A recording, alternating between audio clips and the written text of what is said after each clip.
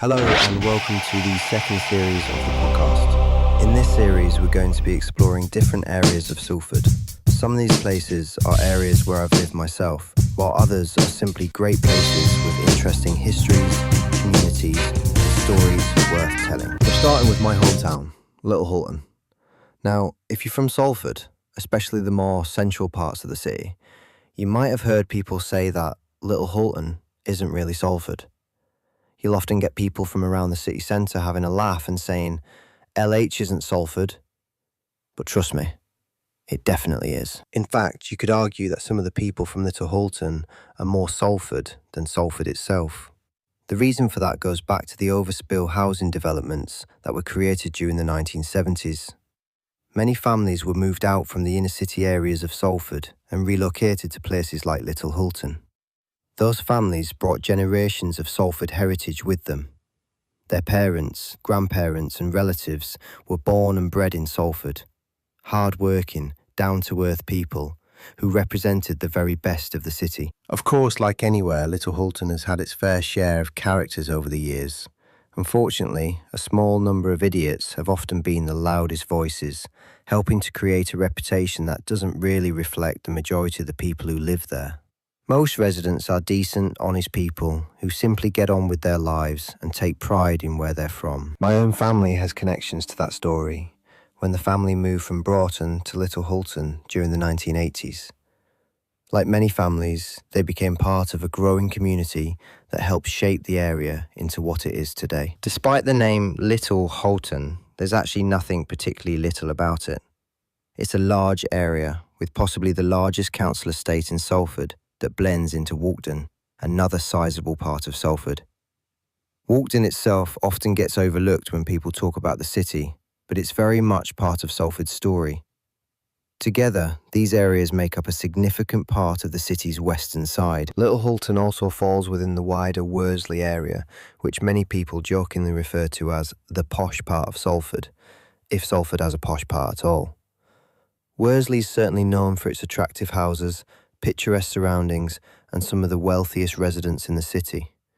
In fact, just down the road you'll find areas such as Boothstown and what many locals call Millionaires Row, where some of Salford's most expensive homes can be found. We'll be taking a closer look at Worsley, Boothstown, and those famous streets in a future episode, because there's plenty to talk about there. But for now, Little Hulton deserves its moment. It's an area with a fascinating history, strong community roots, and deep connections to Salford's past. Whether people choose to admit it or not, Little Hulton is Salford through and through, and it's a place that has helped shape the identity of the city for generations. Let's take a step back in time and talk a little about the history of Little Hulton. Like many places across Britain, if you went back far enough, you wouldn't find the town as we know it today.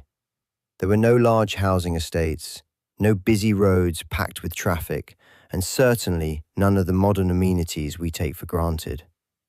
Instead, Little Hulton was made up of just a handful of scattered farmhouses, open fields stretching across the landscape, and a main road that connected the local communities together. As the years went by, particularly moving into the late 19th and early 20th centuries, the area began to develop. Small shops started appearing along the main routes, providing essentials for local families and workers. Compared to some neighbouring towns, with history stretching back hundreds and hundreds of years, Little Hulton is actually quite a young town in terms of its modern development. Yet despite that, it's surrounded by fascinating history and stories that have been passed down through generations. One of the places that always stands out when people talk about the area's past is the old hospice. The building that remains today is much smaller than the original site, but older residents still remember the impressive Victorian structure that once stood there. It was the kind of building that seemed to have a real presence about it, large, imposing, and full of stories. I actually remember going inside when I was a kid. Like many children, I didn't really understand what a hospice was at the time. I just remember seeing lots of elderly people and feeling a little overwhelmed by the experience. Looking back now, it's funny to think about, but as a child, it definitely gave me the creeps. I think most of us have memories like that, places that seemed mysterious or intimidating when we were young, only for us to understand them differently as adults. And speaking of mysterious places, that brings us nicely on to one of Little Hulton's most famous local legends. Many people in the area will have heard stories about the White Lady ghost said to haunt Madam's Wood. It's one of those tales that has been whispered about for decades. Depending on who you speak to, the details can change slightly, but the basic story remains the same. Some locals claim to have seen a ghostly female figure dressed in white wandering through the woods, particularly during the evening or on misty nights. The legend is often linked to the old hospice and the family who once lived in the area. According to local folklore, the White Lady was connected to a tragic event involving the lady of the house and her child. One version of the story suggests that either she, her child, or both suffered a fatal accident involving the nearby church tower. Over time, the details became blurred as stories were passed from one generation to the next, but the legend itself never disappeared. So if you've ever heard a story about the White Lady, Madam's Wood, or any other local mystery, we'd love to hear from you. Who knows? Your story might even feature in a future episode. So that's our first stop in this series. Join me next time as we continue our journey around Salford, uncovering the stories, history and characters that make this city what it is.